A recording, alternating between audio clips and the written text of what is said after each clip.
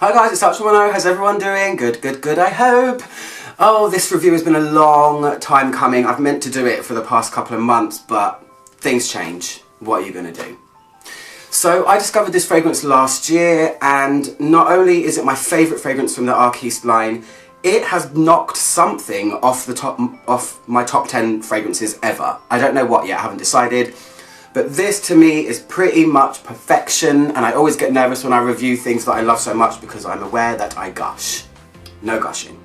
So this fragrance is inspired by a galleon a boat basically, returning from the west, carrying a boatload of samurai warriors, and the ingredients in the perfume are inspired by the precious cargo that the boat would have been carrying, and the wood, the crates maybe that they're carried in, the wood of the boat, all that kind of stuff.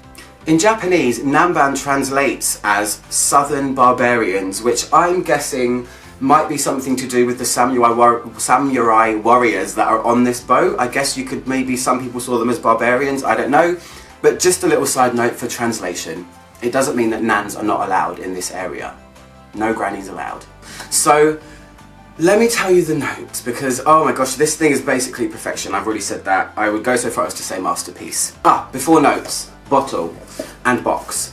Here is the Arquiste box. They come in these big cuboided things, and the bottles are really cool as well. It looks like I haven't used a lot of this because I haven't, but let me tell you, I have worn this fragrance multiple times. They sell it where I work, so I'm always spraying it on myself, which led me to buy my bottle.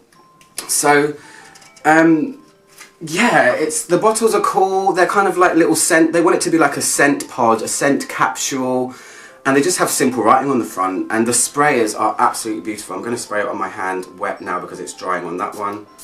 They spray out a really fine, lovely mist, and it has the Arquiste logo on the top. Arquiste, by the way, just before I tell you the notes, sorry, I'm digressing already. The Arquiste is a combination of 3 words. It means archive, architect, and artiste all at once, because the owner of the company is an architect, but also has a perfume line, and is an artiste. So anyway, the notes, here we go.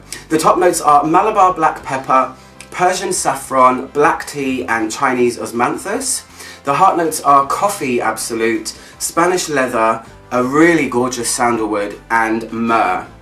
Then the base notes are frankincense, styrax, which is another name for benzoin, which is, I've always said, a kind of light caramelly type note, copaiba balsam, and cade. Copaiba balsam is a sweet aromatic type balm note, and then cade is from the juniper plant. So try and picture that in your head while I just give this a quick sniff for the millionth time in my life.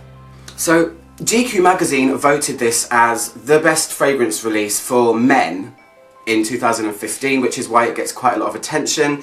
And I agree, oh my gosh, it's amazing. So it kind of has 2 stages. The opening stages of it are where it's at its most spicy.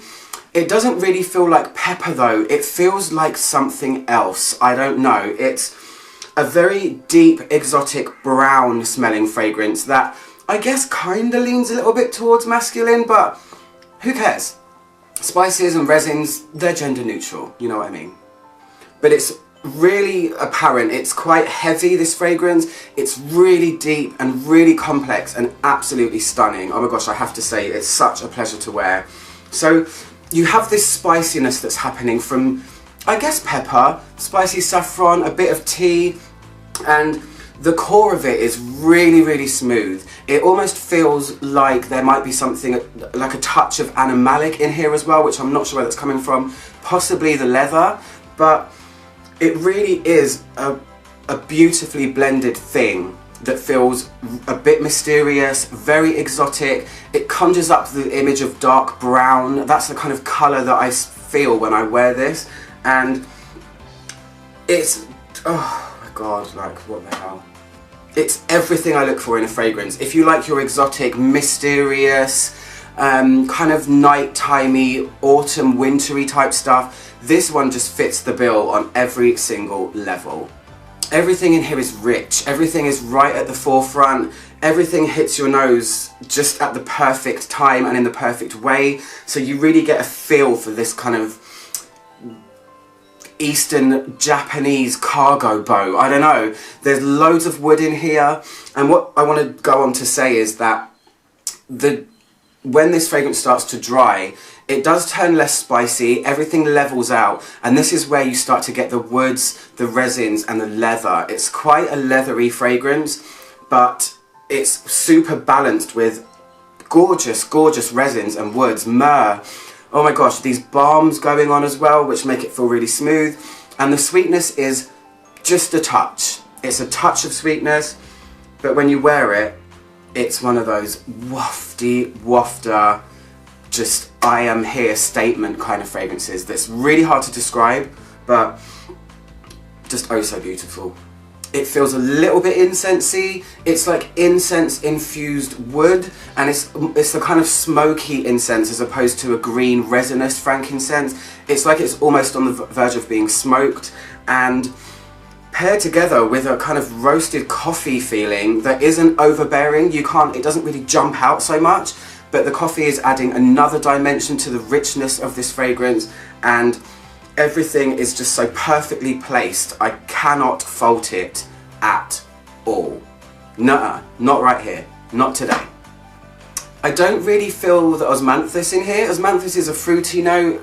Even though it's a flower, it does give off a fruity thing, sometimes like peach, sometimes like apricot, and even sometimes a bit leathery too. So I guess it might be adding to the sweetness, but there is no fruitiness in here. This is all about spices, woods, resins, and beautiful ones at that. The performance of this fragrance is astounding. I get so much longevity out of this, easily 12 hours plus. And it projects really well. The sillage is amazing, it hangs in the air, it's really diffusive when you wear it. It's such a high quality fragrance that, again, I cannot fault it. It is my favourite addition to my collection in the past year, easily, and it's now summer, which sucks, but I still might wear it anyway, maybe on cooler summer nights. But this is really autumnal and wintry, and just amazing. So, to sum up, Nanban starts out like a spicy, exotic, woody fragrance, which does turn into a very smooth and beautiful, resinous, woody, sandalwood, balmy type thing. Just absolutely stunning. Anyway guys, I'm Alex from click my logo down there to subscribe, and I'll be back soon with another review. Goodbye.